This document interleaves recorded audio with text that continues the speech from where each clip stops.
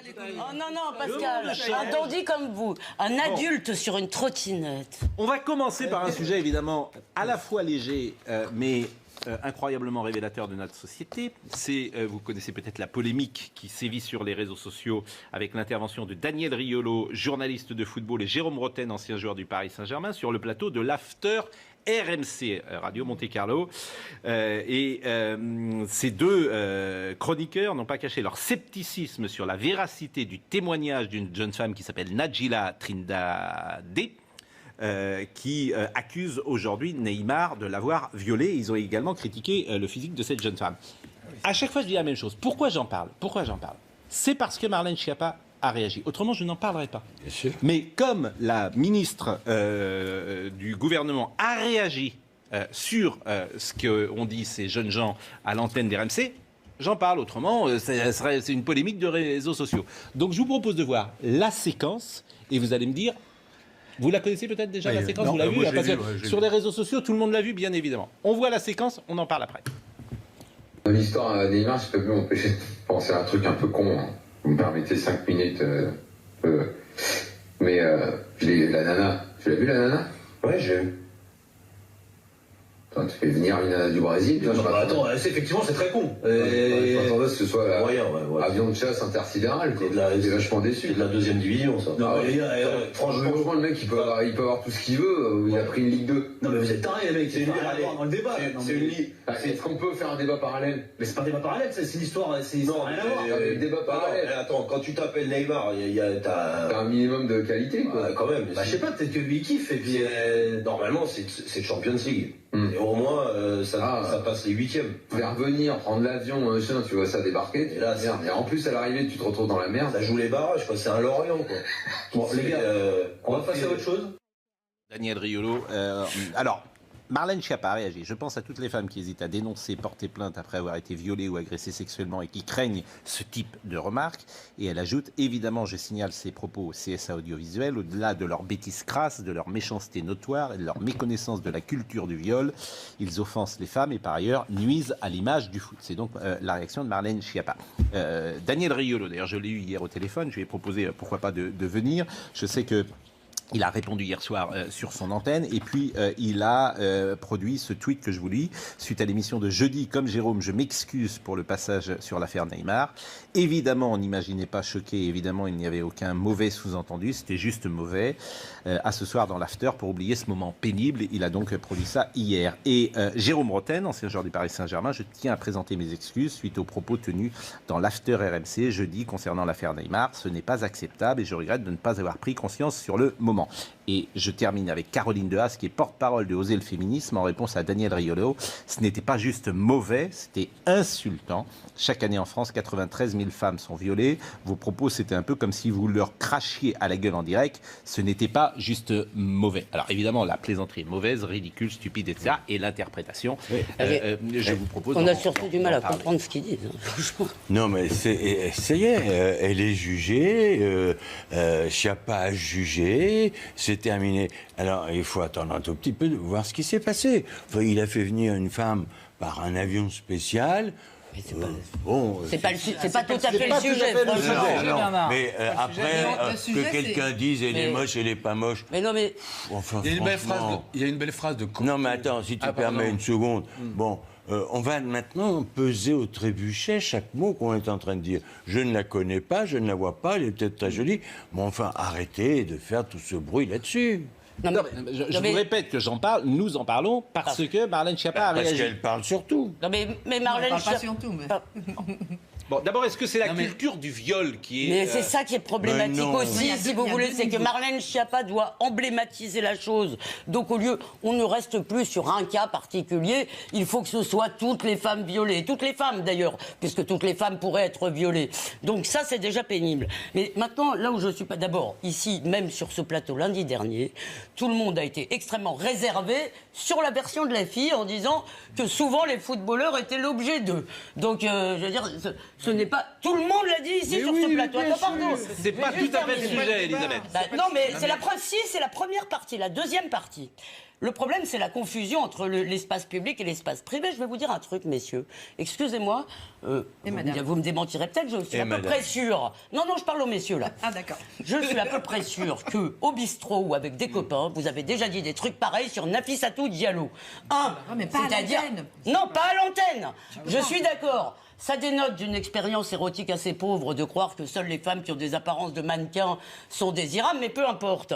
Ça, c'est la confusion entre le bistrot et l'espace public. Et les réseaux sociaux en sont évidemment responsables. Maintenant, comme le dit notre ami professeur, est-ce qu'à chaque fois que quelqu'un dit un truc un peu choquant, on doit tous monter au rideau et la ministre doit nous faire ce foin, franchement. Sans juger de l'affaire sur le fond, on ne sait pas ce qui s'est passé, mais les propos qui sont tenus, ça me fait penser à une phrase de Cocteau qui disait « Le drame de notre temps, c'est que la bêtise se soit mise à penser ».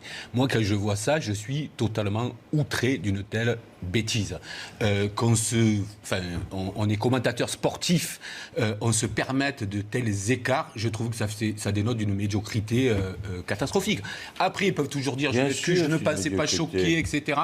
Ils l'ont fait pour faire le buzz. Je peux dire qu'aujourd'hui, ils doivent regretter leurs propos, parce que leurs propos sont tout simplement lourds. Pascal, s'ils ne l'ont pas fait pour faire... Ça, c'est le bon mot. C'est lourd. S'ils ne l'ont pas fait pour faire le buzz, alors c'est encore pire que ce qu'on pouvait penser. Non, c'est lourd. Oui, c'est lourd. Voilà, non, mais je pense qu'il y a deux niveaux. Il y a le côté, effectivement, est-ce qu'elle a été violée ou pas? Ça, on ne peut pas savoir, effectivement. Restons à l'écart, etc. On ne sait pas. Tout le monde a des soupçons à son idée. Personne n'était là. Après, il y a le côté, effectivement, cette femme.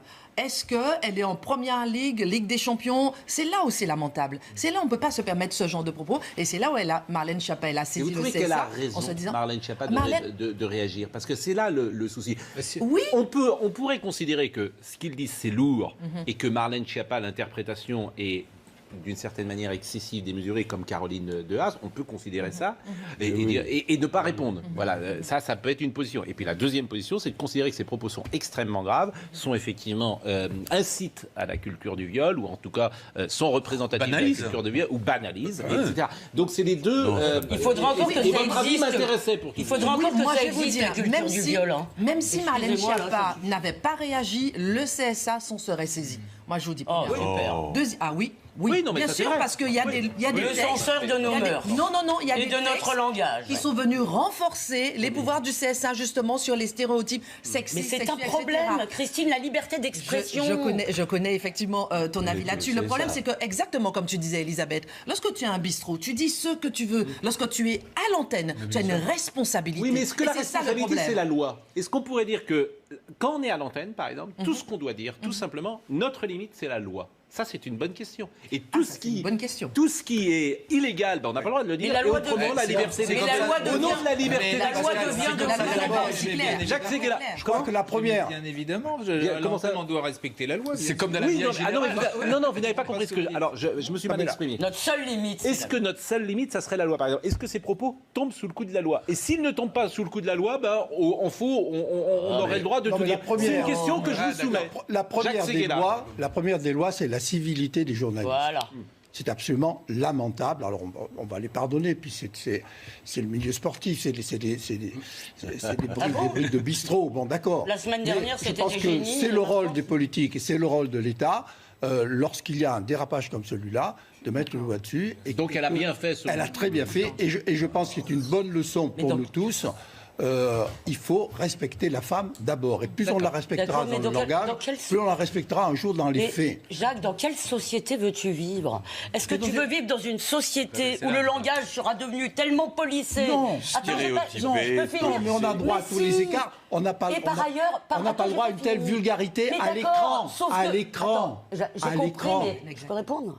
Simplement, aujourd'hui, tu as 4 chaînes d'infos qui font 24, ou quasiment 24 sur 24, tu as des gens qui parlent. L'idée qu'on va réussir à éliminer tout propos inconvenant, ça se fera à un tel prix pour notre liberté, que, à mon avis, on peut répondre à ces gens et passer à autre chose. Mais c'est parce que les gens sont choqués. Est-ce qu'à chaque fois que les gens sont choqués, il y a aussi des gens choqués par les caricatures du prophète. C'est pas à chaque fois que les gens sont choqués qu'on va réagir. Mais c'est pas parce que les gens sont choqués. On va pas réagir. Il y a un certain nombre de règles, d'ailleurs, d'ailleurs, il y a quelque chose qui a été créé qui s'appelle le CSA pour ça.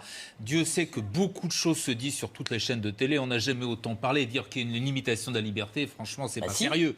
Tout le monde parle, on peut dire à peu près tout simplement. Non. Il y a effectivement quelques limites qui sont effectivement ce qui relève franchement du délit. Alors là, votre analyse là, par exemple. L'incitation, là, c'est pas le cas, mais il y a un certain nombre de choses. Non, mais là, ce qui m'intéresse, c'est votre avis sur cette séquence. Sur cette séquence, c'est vrai que c'est inadmissible. Oui. Elle est dans son rôle quand elle le dit, parce qu'elle est comme ministre de ça. Après, c'est au CSA éventuellement de prononcer des sanctions. En tout cas, eux se sont excusés, ce qui, quand même, à partir de ce moment-là, à mon avis, ça fait redescendre quand même un peu la. Mais ça, c'est vrai que c'est pas normal. Ça ne se serait pas passé sur ce plateau. C'est pas acceptable. Je pense que c'est le rôle d'un patron de plateau de faire respecter la bienséance. La femme n'est pas une marchandise. D'abord, il y a une notion d'exemple. Non, mais c'est la vérité. Lorsqu'on se permet ça, on autorise des tas de gens à se le permettre. Je dis pas qu'on. Non, mais on n'est pas les gens pour des imbéciles. Mais je vois pas quelle est la liberté qu'ils ont gagnée en prononçant ce genre de propos. Excusez-moi, il n'y a aucune liberté là-dedans. Il y a de la bêtise. Sanctionner la connerie devient extrêmement dangereux. Parce qu'on va sanctionner tout le monde. Mais c'est une question. Donc attendons-nous. Non mais c'est pour dire que c'est pas un exemple à suivre. Excusez-moi, des scandales, il n'y en a pas que pour des scandales, il n'y en a pas que pour des choses illégales. Il y a eu un scandale parce qu'Alain Finkielkraut a dit qu'à titre personnel, il ne partageait pas le goût général, ce qui devrait être un droit dans un pays où on vénère Brassens, de ne pas aimer ce que les braves gens aiment. Il ne partage pas le goût général. Il y a eu un scandale. Donc moi, Finkielkraut, on a le droit de critiquer, mais il n'y a pas de. Il n'y a pas de sanction. Est-ce que vous vous rendez compte que vous êtes tout le temps en train de demander des punitions? Est-ce que vous vous rendez compte que vous êtes... Non, mais pas pour Finkielkraut, pour d'autres. Il faut saisir le CSA. Il faut saisir le tribunal de la pensée. Jacques a raison de parler de civilité. Jacques a raison de parler de civilité. Ça s'appelle la vulgarité. Et alors, on va pas... mais j'ai pas fini, bon sang. On peut pas finir. On ne peut pas sanctionner à chaque fois quelqu'un dit un truc qui dépasse, ni même demander des sanctions. Je peux me permettre, lorsque j'étais au CSA, lorsqu'on se dit, par exemple, entre membres du Conseil, on va quand même un peu tolérer, on se fait tomber dessus. Laisse-moi finir de parler. Parce que le public te dit, mais merde, il faut sanctionner. Ah, vous êtes le tribunal de l'opinion. Non. Tu viens de le démontrer. Oui, vous êtes le tribunal de l'opinion. Je suis désolée, il faut refléter la société. Je suis désolée. Donc, par exemple, non, il faut refléter aussi la société. Il faut écouter ce qu'en pensent les Français. Les mentalités évoluent. Christine Kelly, je vais vous poser une question. Lorsqu'on ne veut pas sanctionner, les gens ne sont pas contents. Je vais vous poser une question simple, parce que moi, je regrette parfois que la nuance n'existe plus. Et nous-mêmes, parfois, on a été pris dans des polémiques, si vous voulez, où la nuance... Vraiment, il n'y a pas de souci sur le fond, on est tous d'accord, ces propos sont lourds, vulgaires. Oui, ils sont vulgaires. Après, c'est l'interprétation qui est donnée. Je répète ce qu'a dit Caroline Dehaas. Ce n'était pas juste mauvais, c'était insultant. Chaque année en France, 93 000 femmes sont violées. Vos propos, c'est un peu comme si vous leur crachiez à la gueule en direct. C'est ça qui m'intéresse. Est-ce que vous êtes d'accord ou non avec cette phrase? Est-ce que vous êtes d'accord avec Caroline Dehaas qui dit Jérôme Rotten et Daniel Riolo, c'est comme si vous crachiez à la gueule en direct des femmes violées? Non. Et je vais vous dire pourquoi, Pascal, parce que je dis qu'il y a deux niveaux. Il y a le côté justement viol. Est-ce qu'elle a été violée, oui ou non, effectivement? Et ça, on ne peut pas se permettre effectivement de rentrer dans ce débat. Accordons-lui le bénéfice du doute qu'elle a été violée, mais on ne sait pas. Et après, il y a l'histoire de la marchandisation de la femme. Ligue 1, Ligue des Champions. Et c'est là où c'est choquant. On se rappelle de Ribéry, Zaya, etc., ce que ça avait donné. Attention, une femme n'est pas une marchandise. C'est là où il faut intervenir, mais pas sur le côté violent. Vous savez qu'il y a des femmes qui sont volontaires. Donc je retiens avoir des relations avec ces gens. Vous savez qu'il y a des femmes qui sont volontaires. Évidemment, là n'est pas la question de viol. Là, il y a une plainte pour viol. Si je peux me permettre une seconde. Quand on parle de sanctionner la vulgarité, c'est par rapport à quelque chose. Donc il faudra à ce moment-là avoir une norme en disant si vous allez en dehors de la norme, vous êtes vulgaire. C'est le tribunal de la pensée. Elle est sociétale, elle est établie. Mais non. Personne n'a envie de prononcer les mots qu'ils ont prononcés. Attendez, est-ce que quelqu'un a envie de parler? Un peu de vocabulaire. Écoutez. il y a des gens qui ont demandé que le climato-négationnisme soit sanctionné par le CSA. Donc jusqu'où on va aller? Et est-ce que vous n'en avez pas assez de voir des excuses? Est-ce que vous n'en avez pas assez de voir tous les 4 matins des gens qui vont faire repentance à tort ou à raison? Moi, j'en ai assez de voir. En l'occurrence, certainement à raison. Simplement, c'est tous les jours. Tous les jours, quelqu'un s'excuse parce qu'il a blessé quelqu'un. Eh bien, le jour où on vivra dans un monde où on ne peut plus blesser personne, où rien ne peut plus vous blesser, faut pas que ça soit l'anarchie. Je pense que quand on s'est excusé, on a compris qu'on avait froissé des personnes et on essaie de ne pas recommencer. Pensez à Bruno Le Maire. C'est comme ça qu'une société s'éduque. En tout cas, les médias précipiteraient la France dans la vulgarité. C'est pas leur rôle. En tout cas, je voulais commencer, évidemment, ces sujets sont intéressants parce qu'ils ils révèlent notre société. Ah oui. Voilà, c'est pour ça que je trouve que c'est des sujets de société dont on parle souvent. Tu ne fais pas partie de notre société, tu as compris. Et Pascal, c'est intéressant aussi de voir comment ça se réveille aussi avec un décalage. C'est jamais... Dès qu'il y a une polémique à l'antenne, c'est toujours 3-4 jours plus tard que ça fait une polémique, surtout parce qu'il y a une caisse de résonance sur les réseaux sociaux. Exactement. Bon, autre sujet que je voulais vous proposer. D'abord, on a tous été surpris du chiffre de 10 millions de téléspectateurs. Même le match d'ouverture des filles. Les gens de TF1 l'ont dit. D'ailleurs, ils ont été surpris. Il y a eu, les gens pariaient sur 3 millions. C'est clair. Peut-être pas 3, mais souvent c'était 5, 6, 7. Et puis sur Canal. Sur Canal, il faut rajouter les 1 million de 1,3 milliard de téléspectateurs dans le monde. Il va y avoir ça là-dessus. Et ben on va en parler. C'est exceptionnel. Moi, j'étais cramponné à mon écran. J'avais envie de descendre le terrain et de les embrasser. N'en faites pas trop. C'était formidable. Extraordinaire. Modère-toi. C'était extraordinaire. C'était une autre façon de jouer au football. Mais j'espère que les mecs ont regardé ça. Mais franchement, surtout avec ce qu'ils ont fait. C'était un balai autour du ballon. Moi j'aime ça. La publicité, on revient pour parler. Mais non, mais vous avez raison. Moi, je partage tout à fait votre avis. Et ce que j'aime beaucoup, c'est l'atmosphère autour du foot féminin, parce que il y a pas cette ambiance. Il y a l'amateurisme. Il y a encore l'amateurisme. Dans les vestiaires, il faut préserver leur amateurisme. La différence sexuelle revient tout de même. Non, je parle des supporters là. Les supporters n'ont pas le même rapport. Les supporters me fatiguent, pour tout vous dire, bien souvent. Il y a du respect dans les stades, et parce qu'il y a une forme d'agressivité. Le supporter homme aussi se tient mieux avec le foot féminin. Je trouve qu'en tout cas, il y a un peu de douceur dans un monde de brutes, comme dit l'autre. La pub.